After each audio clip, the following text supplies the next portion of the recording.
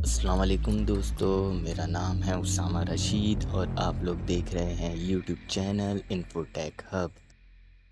آج سے 1400 سال پہلے جب رسول اللہ صلی اللہ علیہ وسلم نے نبوت کا اعلان کیا تو حضور پاک صلی اللہ علیہ وسلم کو جانچنے کے لیے یہودیوں کی طرف سے کچھ عالم آئے اور رسول اللہ صلی اللہ علیہ وسلم سے 3 سوالات کیے تاکہ یہ نشاندہی ہو سکے کہ آخر رسول اللہ صلی اللہ علیہ وسلم اللہ کے نبی ہیں یا نہیں۔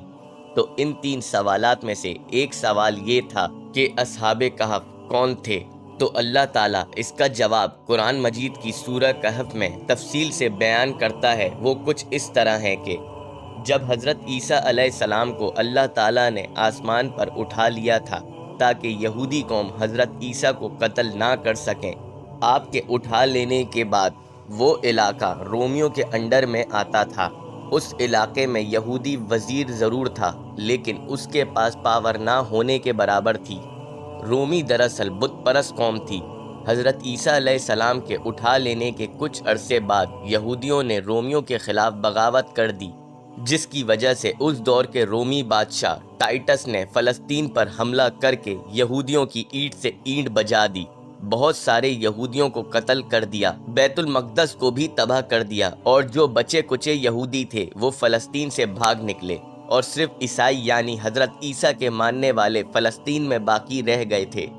اس دور میں دقیانوس نام کا بادشاہ حکومت کر رہا تھا۔ جب اس بادشاہ کو یہ بات پتہ چلی کہ کچھ لوگ اس علاقے میں موحد ہیں اور بت پرستی کو نہیں مانتے تو بادشاہ نے ان لوگوں کو اپنے دربار میں بلایا۔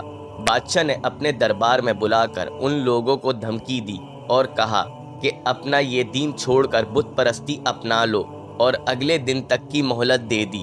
تو ان لوگوں کو اندازہ ہو گیا تھا کہ نہ ہم مقابلہ کر سکتے ہیں اور نہ ہم بھاگ سکتے ہیں، تو ان لوگوں نے غار میں چھپنے کا فیصلہ کر لیا۔ انہی لوگوں کو دراصل اصحاب کہف کہا جاتا ہے۔ اب جیسے ہی یہ لوگ غار میں جا کر چھپتے ہیں اور پناہ لیتے ہیں تو کچھ ہی ٹائم میں اللہ تعالیٰ کی طرف سے ان لوگوں پر نیند طاری ہونا شروع ہو جاتی ہے اور یہ نیند ان پر غالب آ جاتی ہے، اور اس طرح سوتے سوتے 300 سال کا عرصہ گزر جاتا ہے۔ ان 300 سال کے عرصے کے دوران رومن امپائر عیسائیت قبول کر چکی ہوتی ہے، اور پھر اللہ تعالیٰ واپسی ان غار والے بندوں کو جگا دیتا ہے۔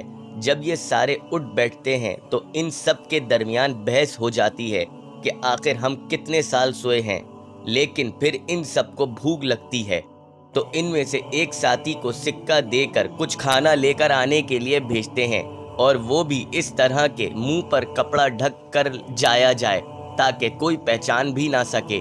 جب ان میں سے ایک بندہ بازار میں جاتا ہے تو معلوم ہوتا ہے کہ یہ سکہ اس دور میں اب استعمال نہیں ہوتا۔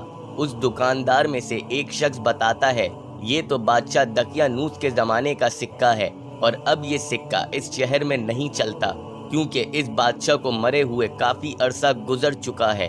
جب اس وقت کے بادشاہ کو اس طرح کے معاملات کا پتہ چلتا ہے تو ان لوگوں کو دربار میں بلایا جاتا ہے اور پھر پوچھا جاتا ہے کہ آخر یہ سکہ کس طرح تمہارے پاس آیا۔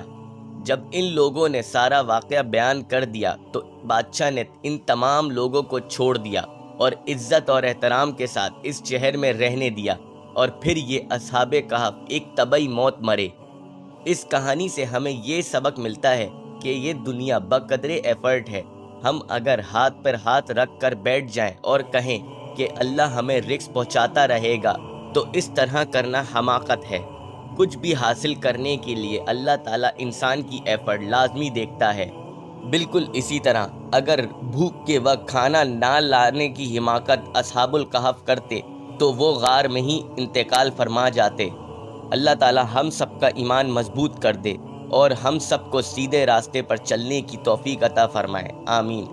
دوستو، ہمیں امید ہے کہ آپ کو ہماری آج کی ویڈیو انفارمیٹیو لگی ہوگی۔